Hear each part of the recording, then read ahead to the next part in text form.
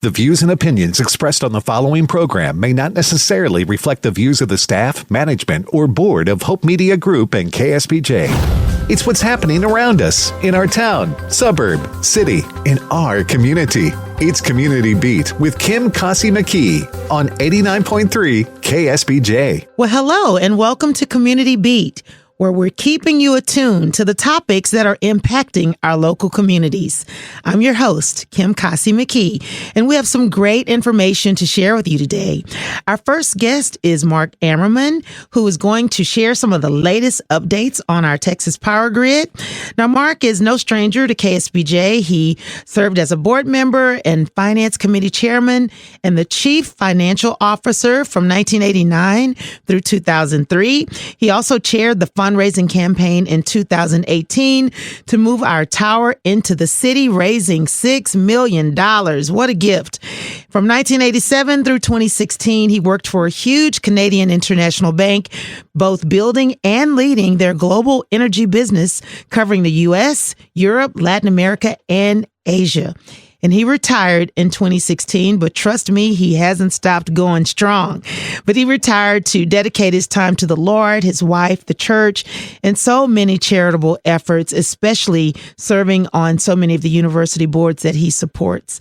Welcome, Mark. Hi, Kim. Thank you so much for joining us. Now, Mark, following the winter storm Uri, the Texas government passed what's known as Senate Bill 3, which included a number of remedies to our power supply problems, and also formed a committee, which Lieutenant Governor appointed you to that committee to just study what happened during that huge power outage throughout Texas in 2021. So, Mark, now how are we looking? Are we ready for the next storm, and are our power grids functioning properly? Wow. That is a very complicated question that has a really, I think, a good answer. Awesome. I think we're okay. Okay. But we're still studying it, and there is a lot of stuff that's happened ever since that storm happened. But that is something that we could talk about, because I bet there's not a single listener on here that just cared anything at all about the power stuff, because you just flick the switch on, the lights always come on. That's right. And like Texas, clockwork. Didn't think about it. And Texas has one of the cheapest power costs in the country. And then all of a sudden that whole thing got upset. Yes. It was pretty shocking. It was a reality check, that anything can happen, anything unexpected. But we also understand that Europe is going through the beginning stages of a terrible power supply problem, and you were just there. What did you see? Yeah, and think about that for a second too. So you're used to it always being there when you throw the switch on. You're used to it always being cheap. And before we talk about Europe, let's just think about now. Have you looked at your power bill lately? Yes. Thank you for bringing that up. Yeah, mine's gone up at my home 4 times. Absolutely. And in Europe, it's gone up, get this, Goodness. 10 times. It's amazing. Imagine if you had $100 or $200 month power bill, and it's now $2,000 a month in your home. And that's what's going on in Europe right now. I'm not intending to get political, but there's no way to talk about all this stuff going on without some politic in it. But the point is that, what's been going on with Russia and Ukraine, the Europeans were reliant on their natural gas, all coming from Russia, almost entirely through these pipelines that they built. Now, just as a coincidence, yesterday in the Wall Street Journal, they published a letter that I wrote to them. Because they wrote an article about the problems that Germany is going through not having any natural gas because the Russians shut the pipeline off. And when we were just there, we saw people stacking firewood as thick as their backyard. The lights are off in a lot of places. We walked by stores that you had to go look in the window to tell if they were open, because they had turned off 3 out of the 4 light bulbs in the ceiling, and it was dim inside. It was cold too, because the heat had been, turned down.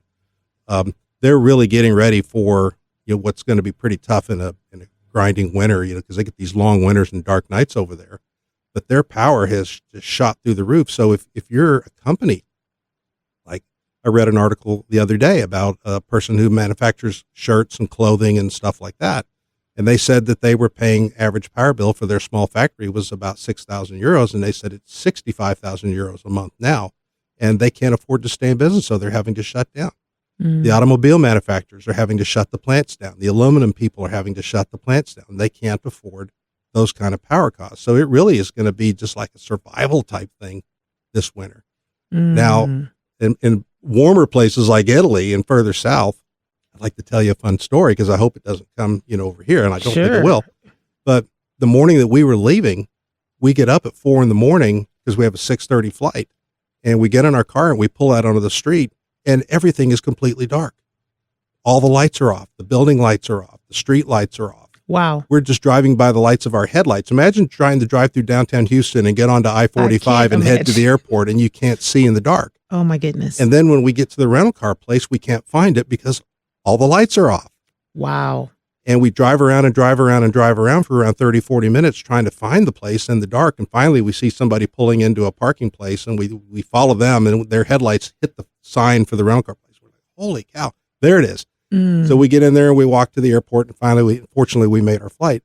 But this is what they're looking forward to. Imagine dark neighborhoods because the street lights are off and nobody has their lights on in their homes and stuff like that. It's a scary proposition. Absolutely. And then getting cold. So these are some things that they're going through that you're going to be hearing about for the next 4 or 5 months as they go through their winter, trying to deal with all this, because this hasn't happened since probably the Second World War. So, Mark, the question is, could something like that happen here? What are the chances? No. Awesome. No. If it did happen, it would be because somebody willed it to happen.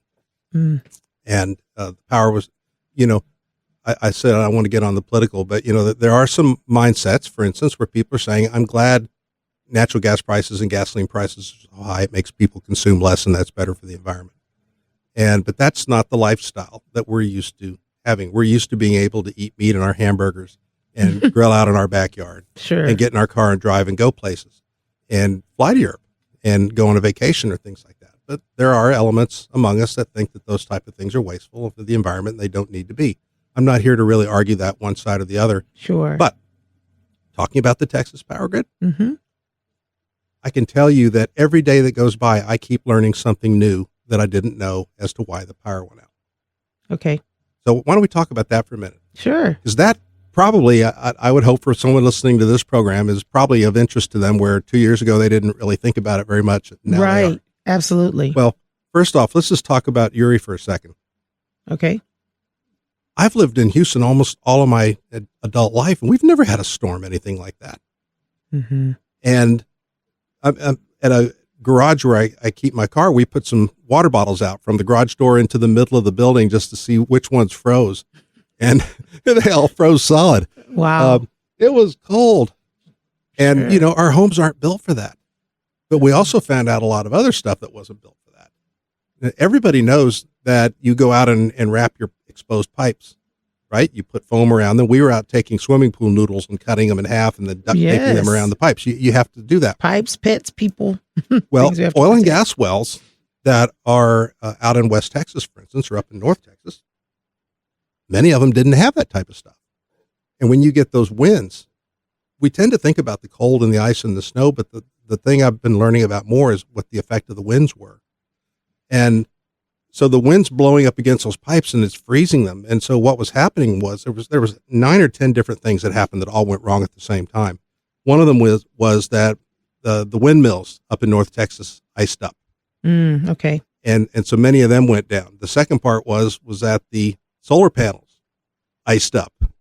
And also remember, it was cloudy during a storm. So the solar panels don't work. Well, about a third of our total energy is produced by the wind and the solar. And so when those things went down, that wasn't good. The other thing, and this was a really big part, was they do what's called turnarounds, where they take power plants down to work on them, to fix them and, replace belts and spark plugs and stuff like that are needed. And a lot of those things were scheduled to go down in February, normally at a time when it's pretty mild weather and it's not a big deal. But then you get hit with this storm and you've got these plants offline. And so we lost power from that. Okay. And then one of the big ones, our nuclear plants.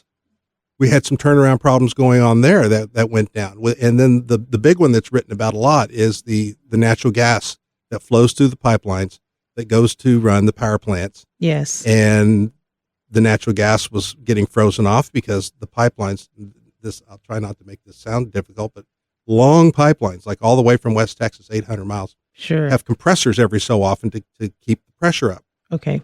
It used to be that they drew natural gas off of the pipeline itself to run the compressor. But due to concerns about emissions and all over the years, those have been made to be electric.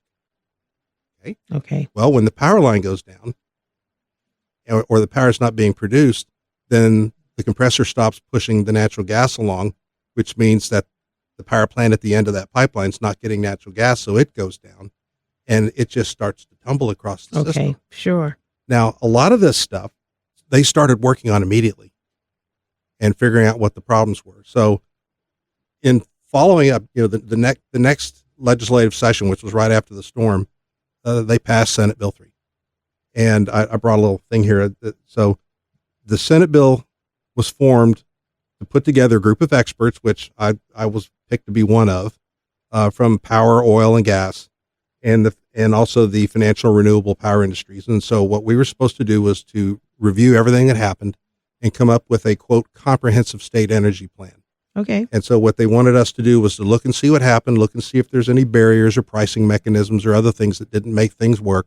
And what do they mean by a pricing mechanism is, why wouldn't somebody wrap their pipes on their oil and gas well? Okay. Well, they'd say, well, because it costs too much. Okay. Well, when they're losing 10 times the price of what they could be selling their gas for because we're in a crisis in the middle of a storm, suddenly it looks pretty cheap to fix their pipes. Sure. Yes. So the good news is over the last year and a half, a lot of that stuff has been going on. They've been doing a lot of that work. I can talk a little bit more about that, but I'll take a pause. Sure. So here's the big question as we wrap things up. Are we ready for another storm like Uri if it were to happen? How prepared are we? Hopefully, if it doesn't get colder than the last one. Okay. Which we've never had in our life. Sure. But here's one of the things I learned just the other day. I was talking to a power expert about this, and he said one of the biggest problems we had, which I had not heard about in any previous testimony that we received, was he said the winds got to be so high that the big steel power that we see with the wires hanging out there. Well, those wires don't have plastic coating on them of any kind, and so if they start swinging back and forth enough in the wind, sometimes they touch each other and they pop. Sure. And when they do, they send a shock through the system that'll blow your TV out on the other end, and also sometimes shut the power grid down. And they had several of those type of strikes where the wires hit each other. And they said if the wind got any more, that there would have been a lot more of that, and we would have had a huge failure, bigger than the one we had. So one of the things they've been doing the last 2 years is putting these big red orange balls that you may have seen popping up everywhere. You're like, there's no helicopter going to fly through there, Sure. But those are weights to hold the wires down so that they won't swing in the wind. Okay. And there's been a lot of that, but 85%. According to the Railroad Commission, 85% of the oil and gas wells have been had the piping covered with thermal materials. They've put dirt berms around them. They've put heating materials on them to keep the pipes open. And they did one thing, which was, I have to say, I didn't know wasn't happening. They now have someone from the Public Utility Commission, the Railroad Commission, and ERCOT, which is the people who move the electricity around, and they're now sitting in a war room. And so if a power plant starts to go down, that person can lean over and say, hey, to the Railroad Commission guy, find out what pipeline that is because the natural gas has stopped flowing to my power plant. And he can look at a map and go, oh, that's Enterprise Products. Let me call them real quick. And then they get the problem fixed. And he said 10 minutes later, the gas is flowing again. But during the winter storm, that war room didn't exist. Okay. And they'd spend 3 or 4 days trying to find out whose pipeline that was. It wasn't delivering the gas that caused the power plant. Okay. And it was nuts. But sure. They've done so much now. I think we're in really good shape. Despite what you may read about, I keep the Dallas Morning News likes to write all these negative articles that it's all going to collapse again. I think we're in pretty good shape. Awesome. So what might be a good resource for folks who want to just kind of stay abreast, keep following along the process to just kind of know what's going on in that area? Well, the group, ongoing the group that I'm happen. part of, it's called the State Energy Plan Advisory Committee. That would be something you could Google, State Energy Plan Advisory Committee. And our report and my own paper that I wrote as part of that are all being, they've actually been delivered to the legislature, and so they'll be part of the next legislative section. So the Texas legislators will be looking at that stuff to see, where we stand and what might need to be done. Now, there's some stuff coming up, obviously, with the gubernatorial election, because if you like living in Texas, you like being independent, and the fact that our power grid is all basically Texas-centric. 90% of our power comes just from Texas. But other states are connected to each other. Mm-hmm. The problem with being connected to each other sometimes can be that if the other state has really bad weather, they may say, I need to keep this power for myself and shut you off at a time that you need it too. Well, some political candidates right now are talking about connecting us to the grid where we're connected to the nationwide grid. That doesn't exist right now. There'd be a lot of money that has to be spent and a lot of connections, and it opens us up to federal regulation, which is part of Texas mindset. Texas doesn't like being federally regulated. They like being by themselves. Mm-hmm. So that's one thing to think about. We are, I'm thinking of, the governor, the lieutenant governor, and the speaker of the House put 12 really good people onto this. I count myself among them. I felt really blessed to be able to be asked to be a part of this. It was a fascinating experience. But I think we're in a good place. Okay. The lights are not going to go out here. We've got plenty of power. You asked for a resource, and I'll tell you one that's that you can get really easily. All right. If you really want to learn about this stuff, and this is the easiest way to do it, you can just Google ERCOT, ERCOT.com. Awesome. And ERCOT.com. That's the Electric Reliability Council of Texas. Those are the people who actually manage the power for Texas. But put on their dashboard, the ERCOT dashboard, you can at any given time, day or night, I'm showing Kim, you can't see it on the radio, but there is a graph showing how much power we are consuming in the state right now. Okay. And right above it, how much power has been committed and is available. And you can see there's a pretty big gap there. We got lots. Awesome. Now, also you can scroll down to the bottom and you can see exactly how much renewables power is being developed, both solar and wind. Okay. And where it's really interesting is you get days like some of them where both of those are flat lines because there's no wind during the middle of the day and the sun's not shining because there's bad cloud cover or something. Sure. And when those days happen, we have to turn the natural gas and the coal plants on to make sure we produce enough power. Okay. And that's the real challenge, because someone's going to ask, and I'll leave you with this. We've got about another third of our total power coming on in the next 5 years being built, and it's all renewable. And there's a problem with renewable, and you're going to get hate mail for this when I say this, but the problem with renewables is we don't have batteries and the kind of technology that's necessary to store that power. So when the wind's blowing, which is always at night, during the day it doesn't blow that much. At night it blows a lot. The windmills are cranking out a lot of power.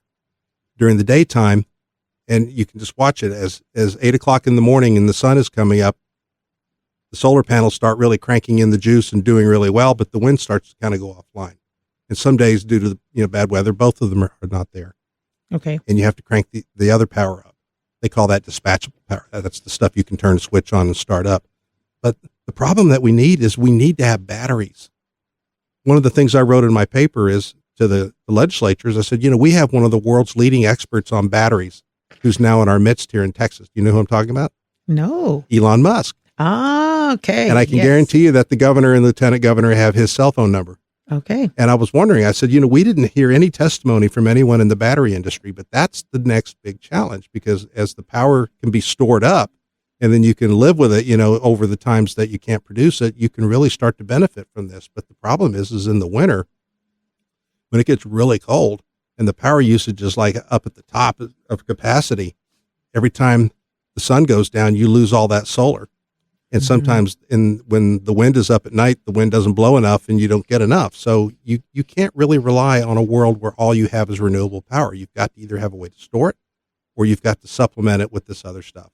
And that's the real challenge of the future, because the governor said one thing that was really, really caught my attention while we were listening to testimony on this. He said, due to the immigrants coming across the border, he said, we have the equivalent of one Houston coming in every year. Mm-hmm. One more Houston. Mm-hmm. And I can tell you from the stuff that we saw and the testimony we heard, there is not on the drawing board enough power to put one more Houston into the state every year. Sure. It's going to be a big challenge. So something's going to have to give. Sure. Wow. Well, Mark, you have shared some wonderful insight. I just want to reiterate, a place that you can go is ERCOT.com. That's ERCOT.com if you want to stay apprised of things that are useful about our power grid. And with that said, Mark, I just want to thank you for your wonderful insight. I know this will not be our last time speaking with you, and we look forward to staying in touch as new developments take place. So thank you for joining us. Kim, it's been my pleasure. Thanks. Good to see you again. You too. God bless.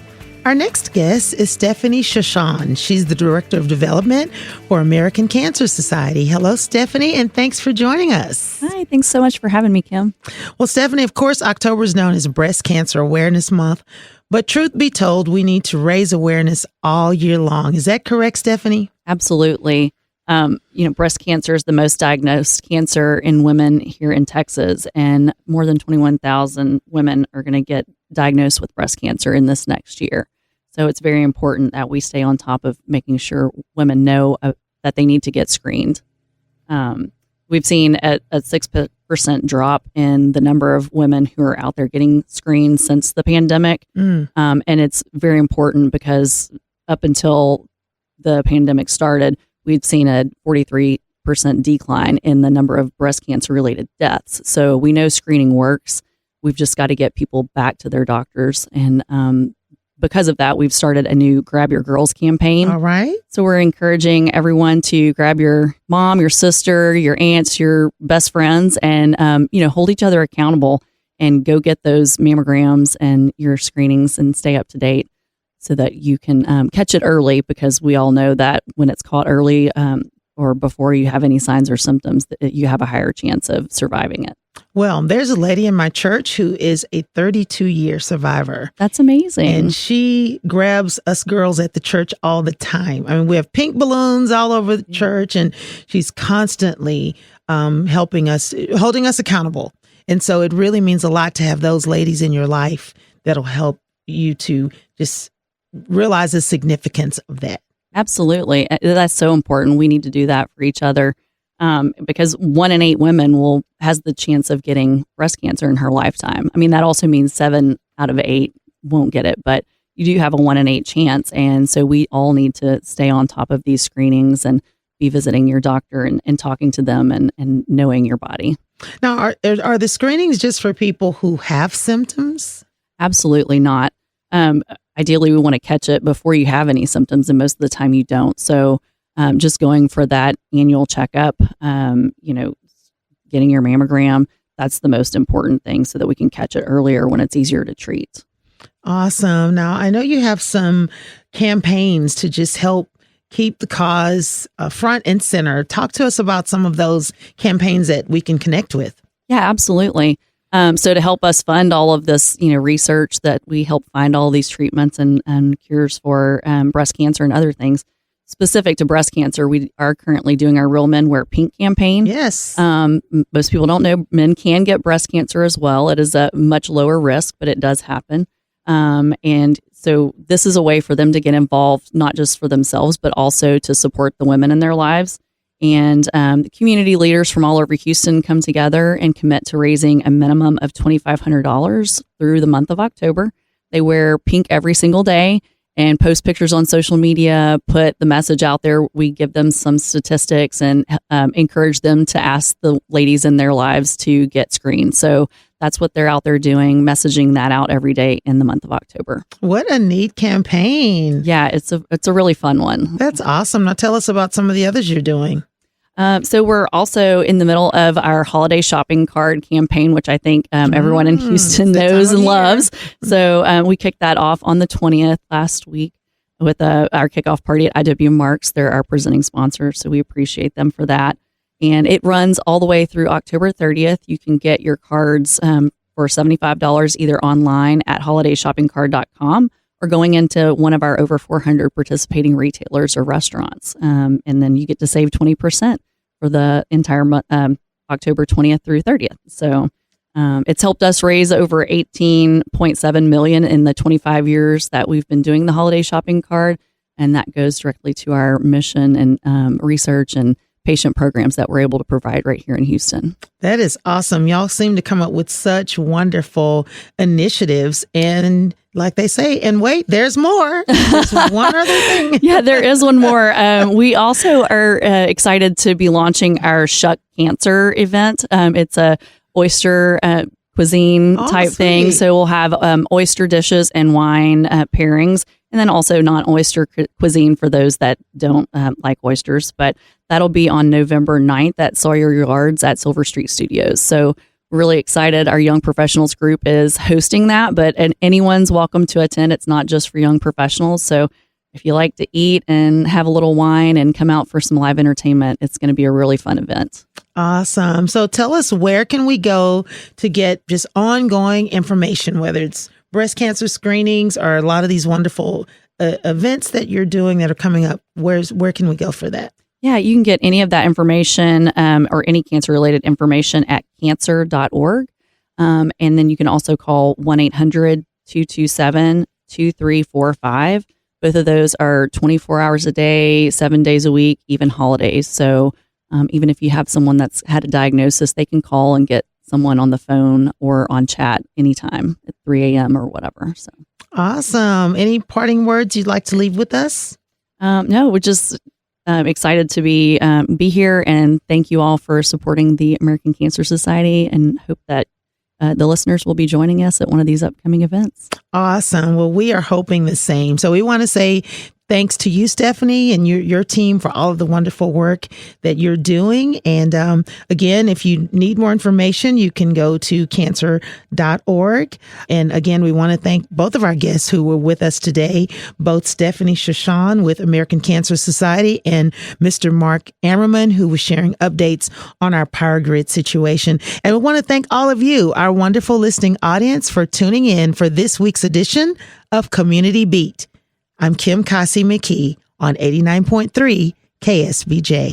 Thanks for joining us for Community Beat with Kim Kasi McKee. Join us every Saturday morning at 5:30 on 89.3 KSBJ.